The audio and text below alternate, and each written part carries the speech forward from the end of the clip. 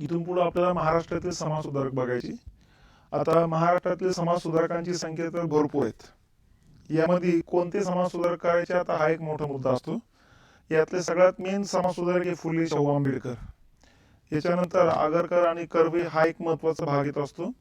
त्याच्यानंतर आजच्या शिक्षणामध्ये सहभाग नोंदवणारे पंजाबराव देशमुख आणि भाऊराव पाटील यांचा या ठिकाणी रोल महत्वाचा आहे. आणि सुरुवातीच्या टप्प्यामध्ये ज्यांनी या ठिकाणी महाराष्ट्राचे जडणघडण घडवून आणण्याचं काम केलं, बाळशास्त्री जांभेकर, लोकहितवादी न्यायमूर्ती राणे आणि नाना शंकर शेठ यांचा एक रोल सगळ्यात महत्वाचा आहे. म्हणून जनरल या ठिकाणी जर आपण विचार केला तर कोणत्या समाज सुधारकावर प्रश्न येऊ शकतो, तर माझ्या हिशोबाने 2023-2024चा विचार जर केला तर या 12 समाज सुधारकाशी संबंधित प्रश्नांचा रोग जास्त असण्याची शक्यता आहे. ठीक आहे. मग आता या समाज सुधारकांमध्ये एक एक एक एक समाज सुधारक बघत चालायचे आपल्याला. पहिले समाज सुधारक येतात बाळशास्त्री जांभेकर. 1812 ते 1846 हा त्यांचा कार्यकाळ येत असतो. म्हणजे सरासरी या ठिकाणी जर बघितलं आपण तर 34 वर्षाचाच कार्यकाळ आहे. 34 वर्षाच्याच कार्यकाळामध्ये या ठिकाणी आपण जर आपला विचार केला तर आपल्याला आपल्या आयुष्याची घडी बसोटा 34-35 वर्ष होऊन जात आहे. तर या व्यक्तीनं आयुष्याच्या 34 वर्षामध्ये या ठिकाणी एखादा 50-60 पार झालेल्या व्यक्तीने जेवढं कर्तृत्व निर्माण केलेलं असतं तेवढंच यांच्या या 34 वर्षाच्या कार्यकाळात सांगता येईल. आणि महाराष्ट्रामध्ये ज्या पद्धतीने भारतामध्ये या ठिकाणी समाज सुधारण्याच्या सुरुवात या ठिकाणी राजाराम मोहन राय पासून होते, त्याच पद्धतीने महाराष्ट्रामध्ये सुद्धा सामाजिक सुधारणेबाबत जनजागृतीला सुरुवात या ठिकाणी बाळशास्त्री जांभेकरांपासून होत असते. म्हणून थोडक्यात आपण त्यांना महाराष्ट्राचे आद्य समाज सुधारक असेही म्हणू शकतो. ठीक आहे. तर समाज सुधारक म्हणून या ठिकाणी याचे अगोदर बायोडाटा थोडक्यात लक्षात घ्या. 6 जानेवारी 1812 पोंबुर्ली. आता पोंबुर्ली आपल्याला माहिती आहे की रत्नागिरी जिल्ह्यामधलं हे ठिकाणी येत असतं. या ठिकाणी त्यांचा जन्म झालेला आहे. ठीक आहे. त्याच्यानंतर त्यांच्या वडिलाचे जे नाव होते ते गंगाधर शास्त्री जांभेकर होते. ठीक आहे. आणि ते एक पुराणिक होते. म्हणजे या ठिकाणी वेगवेगळे जे काही साहित्यिक आहे ते साहित्याचं पठण करण्याचं काम त्यांच्याकडे राहायचं.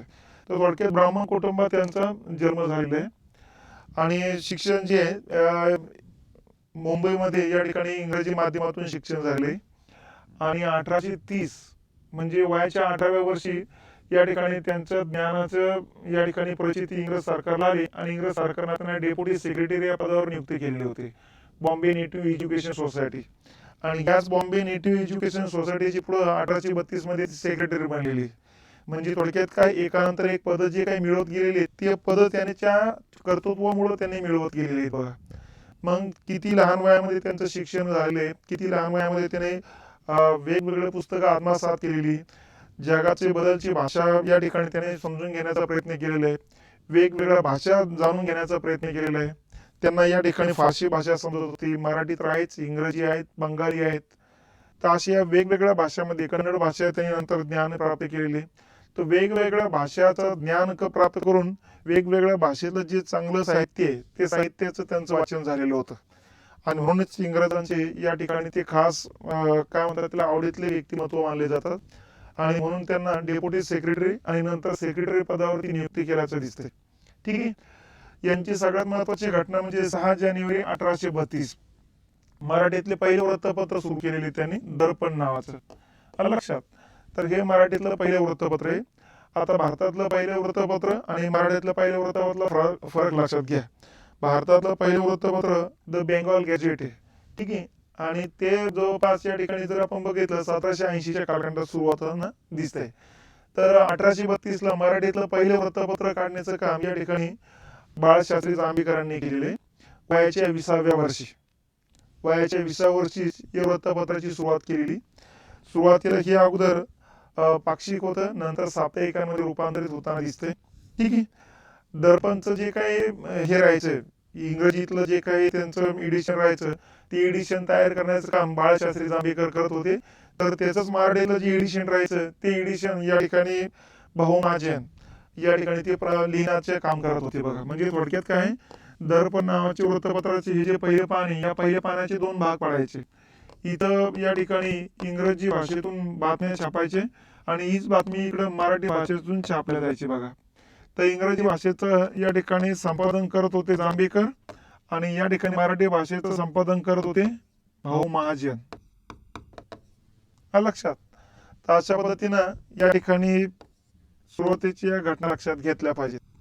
तर हे महाराष्ट्रातलं मराठी भाषेतलं हे पहिलं वृत्तपत्र मानलं जात असतं.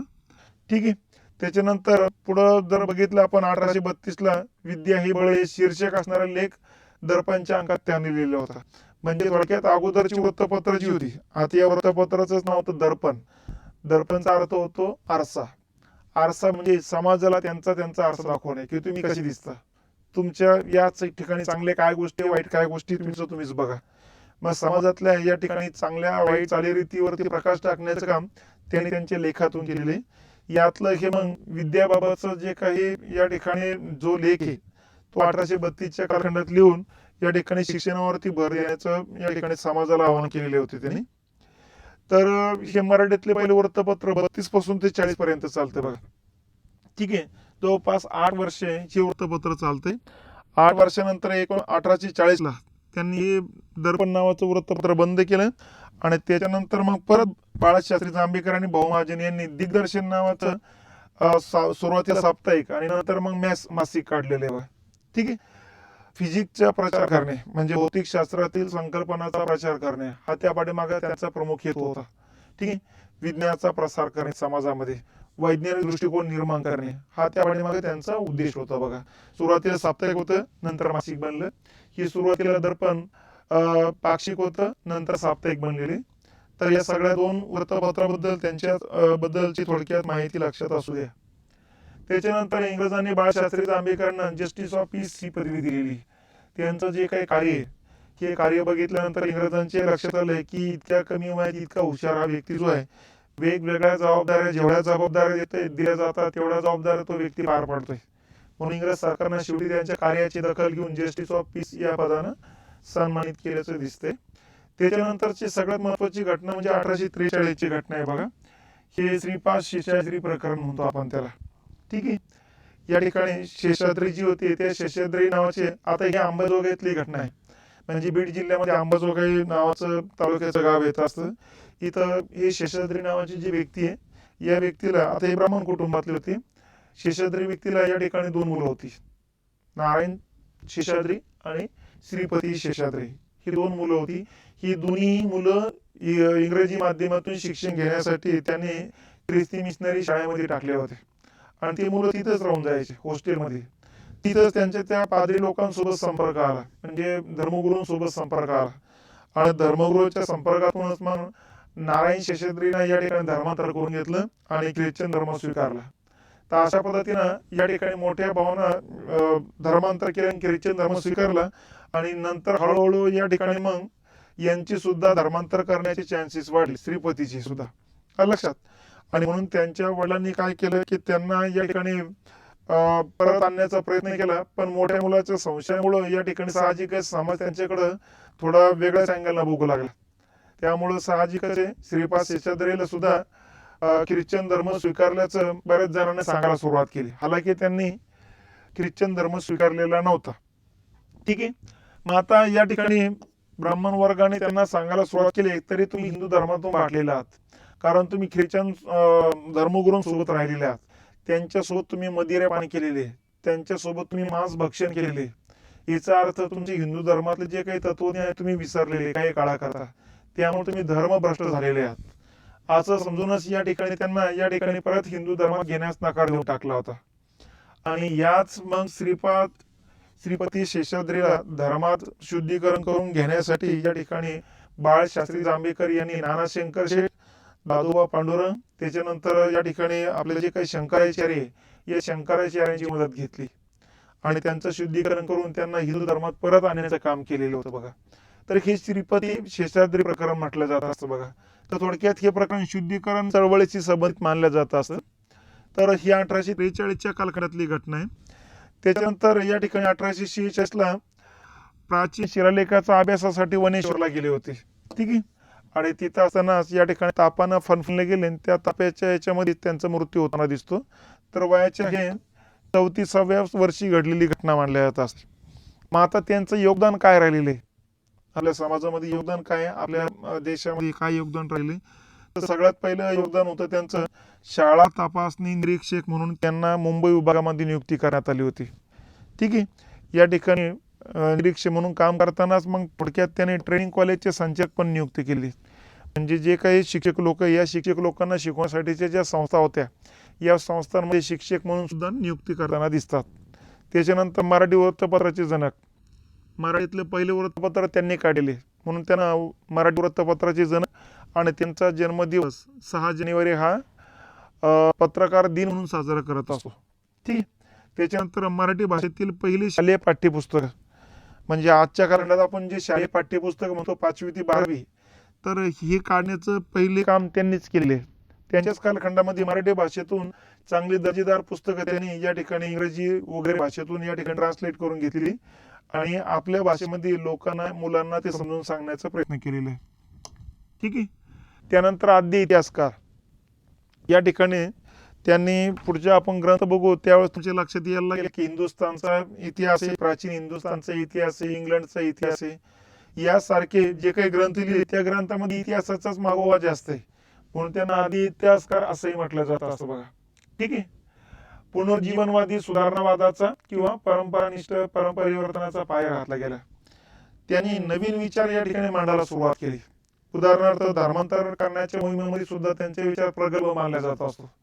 त्याच्यानंतर शिक्षणावरती भर देण्यासाठी त्यांनी केलेले प्रयत्न सुद्धा या ठिकाणी महत्त्वाचे मानले जात असतात. वैज्ञानिक दृष्टिकोनावरती आणि तार्किक दृष्टिकोनावरती भर देण्यासाठी त्यांनी या ठिकाणी दिग्दर्शन नावाचं या ठिकाणी सायन्सला वाहिलेलं मासिक सुरू केल्याचं दिसतंय. तर थोडक्यात काय, हे पुनर्जीवनवादी समाज सुधारक होते. अगोदर असलेले जे विचार आहे, प्रस्थापित विचार, त्या प्रस्थापित विचाराला ठोकर देण्याचं काम त्यांनी केलेले. ठीक आहे. मग त्यांच्याबद्दलची मतं थोडक्यात काय काय, मराठी पत्रकारितेचे जनक म्हटलं जात असतं, कारण त्यांच्यापासूनच या ठिकाणी पत्रकारितेला सुरुवात होती. आधुनिक महाराष्ट्राचे आद्य ऋषी, महाराष्ट्रामध्ये या ठिकाणी जेवढे काही साहित्य रचायला सुरुवात झाली यांच्यापासूनच साहित्य रचनेला सुरुवात होती. अक्कलकोटच्या या ठिकाणी युवराजांचे शिक्षक होते. 1834च्या कालखंडामध्ये ते या ठिकाणी अक्कलकोटचे जे काही महाराज होते त्यांच्या मुलाचे ते शिक्षक राहिले. कन्नड भाषेतून त्यांना शिक्षण देण्याचे काम केलेले. ते अगोदर पहिल्यांदा स्वतःच कन्नड भाषा शिकून घेण्याचे काम केलेले.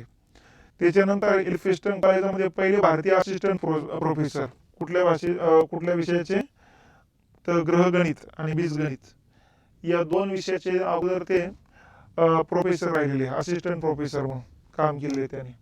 ठीक आहे. आता त्यांचे ग्रंथ कुठले कुठले ते लक्षात घ्या. पहिले शून्य लब्धी, हे मराठी भाषेतलं पहिले प्राचीन भारतातील शिलालेख आणि ताम्रलेख जे आहेत त्याच्यावर आधारित हे असलेलं पहिले पुस्तक मानले जात असतं. त्यानंतर नियत कथा, छंदशास्त्र, इंग्लंड देशाची बखर म्हणजे इंग्रजांचा इतिहास, थोडक्यात इंग्लंडचा इतिहास, बाल व्याकरण म्हणजे व्याकरणाची सूत्र पद्धतीने मांडलेली केलेली ही पुस्तिका होती. हिंदुस्थानचा इतिहास, भूगोल विज्ञान म्हणजे भूगोल विद्या जो आहे त्यांचं भूगोलाबद्दलचं ज्ञान सुद्धा बऱ्यापैकी सगळ्यात चांगलं होतं बघा. गणित आणि भूगोल हे त्यांचे आवडीचे विषय राहायचे. ठीक आहे. सागर संग्रह, त्याच्यानंतर इंग्रजी आणि मराठीतला धातुकोश, त्यानंतर ज्योतिषशास्त्र आणि भारतातील इंग्रजांचा इतिहास. ठीक आहे. 1846 पर्यंत जी काही घटना घडामोडी घडलेल्या आहेत या घटना घडामोडींवरती या ठिकाणी त्यांनी लिहिलेला इतिहास. तर थोडक्यात काय, भारतातील इंग्रजांचा इतिहास नावाचं हे त्यांचं एक ग्रंथ या कालखंडातला आहे. असे 10-11 ग्रंथ त्यांनी त्यांच्या आयुष्यामध्ये लिहिलेले. तर अशा प्रकारे छोटेखानी आयुष्य मिळालेले हे एक समाज सुधारक होते. तर यांना महाराष्ट्राचे आद्य समाज सुधारक असे आपण म्हणू शकतो. मग यामध्ये जे काही प्रश्न आहेत ते प्रश्न बघा. श्रीपती शेषाद्री प्रकरण ज्या समाज सुधारका संबंधित होते त्यांची नाव सांगा. तर हा STI प्रिलिमला 2013ला आलेला प्रश्न आहे. तो थोडक्यात बाळशास्त्री जांभेकरांशी संबंधित हा मुद्दा होता. ठीक आहे. बाकीच्यांचा या ठिकाणी लागत नाही. नानाशंकर शेठनं मदत केलेली आहे बघा. ठीक आहे.